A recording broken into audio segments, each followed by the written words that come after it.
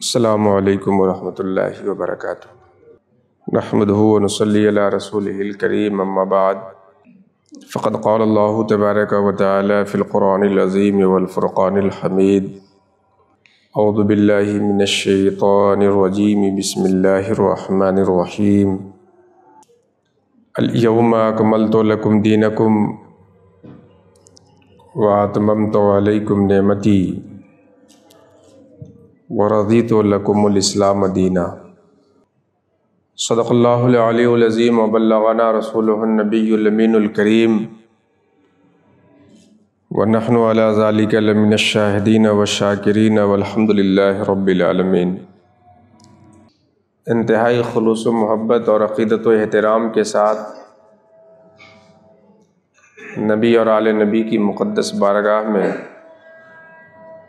دل جمعی کے ساتھ درود و سلام کا نذرانہ پیش کریں۔ اللہم صلی علی سیدنا حبیبنا شفیعنا مولانا محمد وعلی آل سیدنا و مولانا محمد کما تحب و ترضی بی ان تصلی علیہ صلاۃ تبقی و تدوم بدوام الملک الحی القیوم۔ اللہ سبحانہ و تعالیٰ کا احسان ہے، ہم لوگ شکر ادا کرتے ہیں کہ اس نے پھر ہم سب کو اس مقدس احاطے میں حاضری کے لیے ماحول کو سازگار بنایا اور ہم سب کو حاضری کی توفیق عطا کی۔ امید ہے، اللہ رب العزت سے دعا ہے کہ یہ آنے والا نیا سال پوری انسانیت کو کچھ نیا سکھانے والا بن جائے اور ہم مسلمانوں کو خاص طور سے ایک نئی جہت سے اپنے درون خانہ میں جھانکنے کی توفیق کا سبب بن جائے۔ قرآن حکیم کی نہایت ہی مشہور و معروف آیت کریمہ آپ کے سامنے میں نے تلاوت کی ہے۔ اس آیت کی اہمیت کو سمجھنے کے لیے بخاری شریف کی اس روایت کو سامنے رکھیں تو اور سمجھنے میں آسانی ہو جائے گی کہ ایک مرتبہ ایک یہودی نے حضرت عمر سے کہا کہ آپ کے نبی پہ ایک ایسی آیت اتری ہے، اگر وہ آیت ہمارے پیغمبر حضرت موسیٰ پہ اتری ہوتی تو ہم لوگ اس دن کو، جس دن وہ آیت اتری تھی، عید کا دن بنا لیتے۔ حضرت عمر نے پوچھا، کون سی آیت جس کے حوالے سے تم اس خواہش کا اظہار کر رہے ہو؟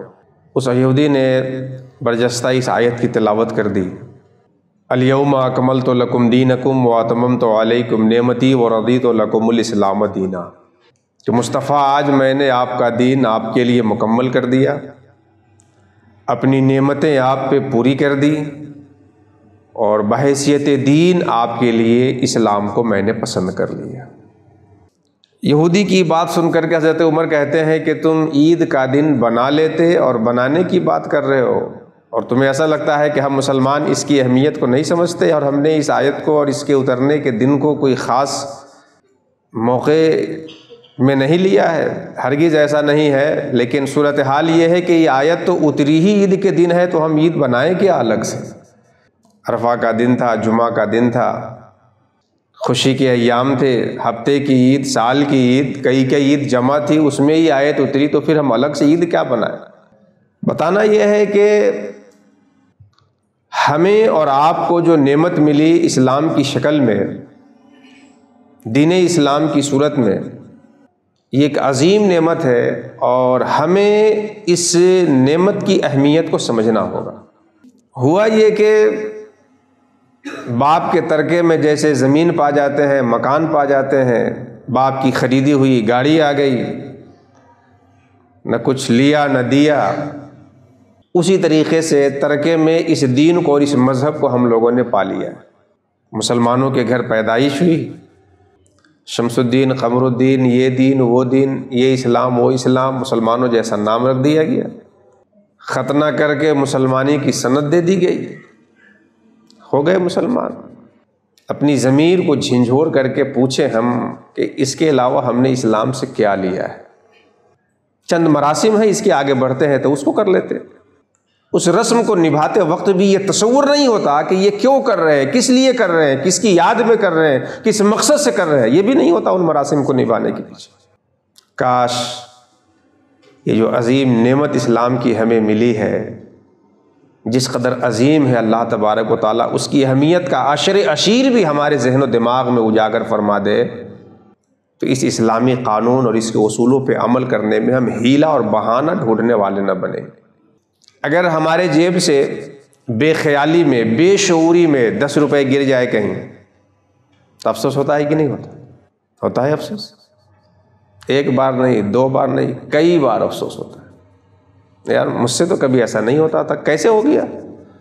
اب محاسبہ کریں گے، تجزیہ کریں گے، کہاں چوک ہوئی، جیب میں کہاں کہاں ہاتھ ڈالے، اور کئی بار اس کے درد کا احساس ہوگا۔ ذرا ہم پوچھیں اپنے آپ سے کہ بے خیالی اور بے شعوری میں غیر ارادی طور پر 10 روپے کے گرنے سے افسوس ہوتا ہے، لیکن کتنے اسلامی احکام ہیں جن کو ہم نے جان بوجھ کر کے چھوڑا ہے۔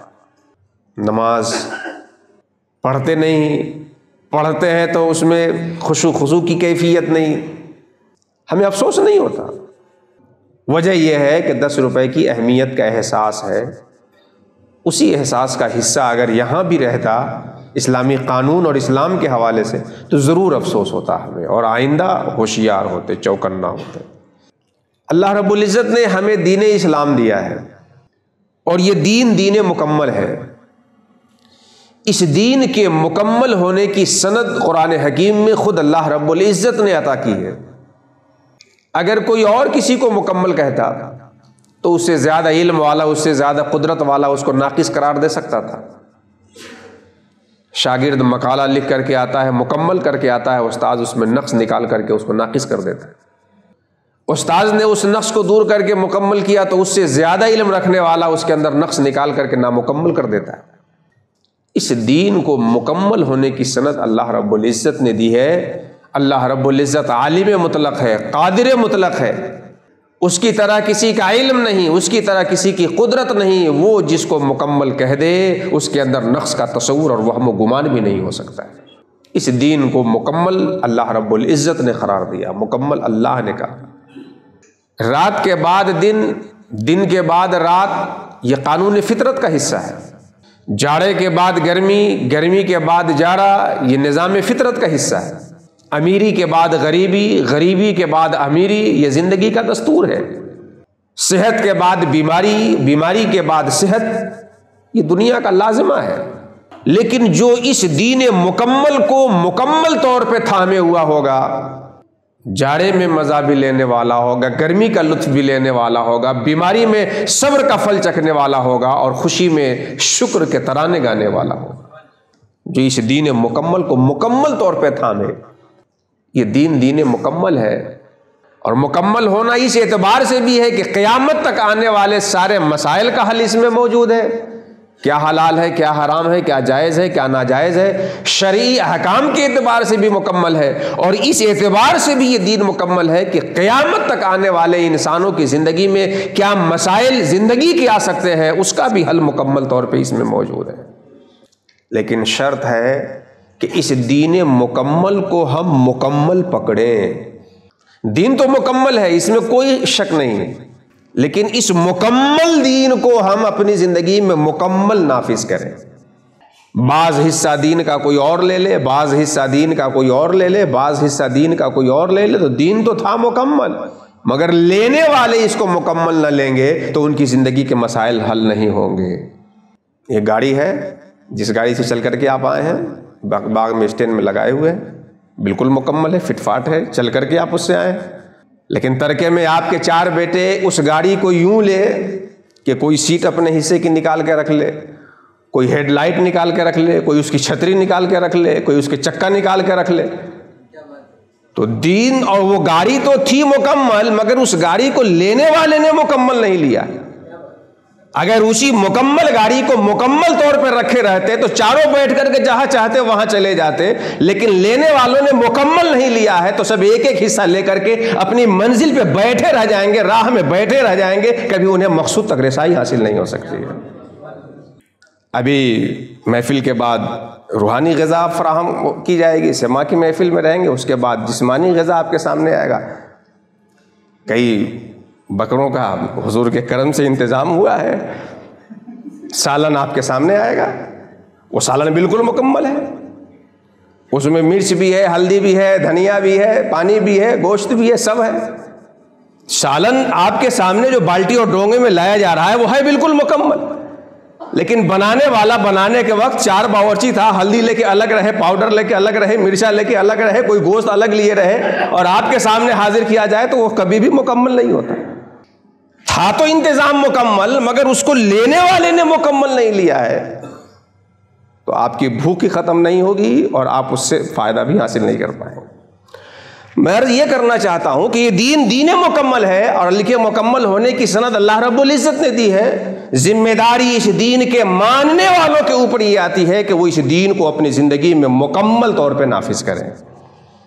اس دین کو ہم اپنی زندگی میں مکمل طور پہ نافذ کریں۔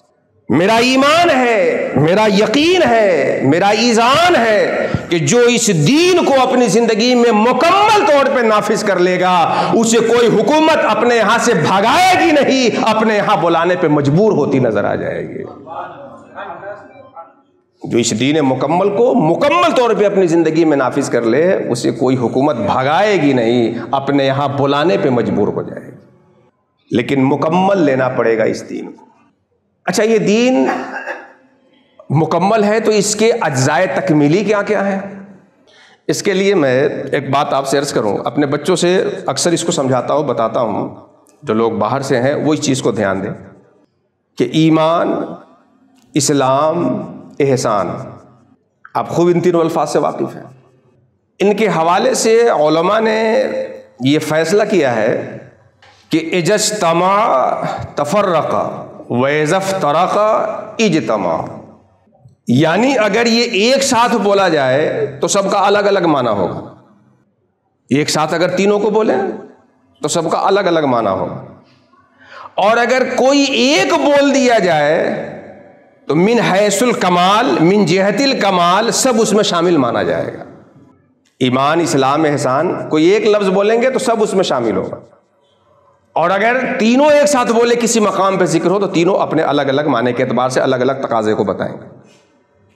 یہی فیصلہ علماء کا نبی اور رسول کے حوالے سے ہے کہ نبی اور رسول اگر ایک دونوں میں سے کسی ایک کا تلفظ ہو تو دونوں اس میں شامل ہوں گے۔ جیسے لا نفرق بین احد من رسلہ، رسولان میں ہم تفریق نہیں کرتے، تو عدم تفریق کا حکم نبیوں میں بھی ہے، انبیاء میں بھی تفریق نہیں کر سکتے۔ ایسے ہی توبہ اور استغفار کے حوالے سے بھی علماء نے کہا ہے کہ اگر توبہ اور استغفار دونوں ایک ساتھ بولا جائے تو دونوں کا الگ الگ معنی ہوگا۔ استغفار جو غلطی ہو گئی اس کی معافی چاہنا، اور توبہ شرمندہ ہو کر آئندہ نہ کرنے کا پختہ ارادہ کرنا، الگ الگ معنی ہوگا اگر ایک ساتھ ذکر کرے تو، اور اگر کوئی ایک ہو تو دونوں اس میں شامل ہوں گے۔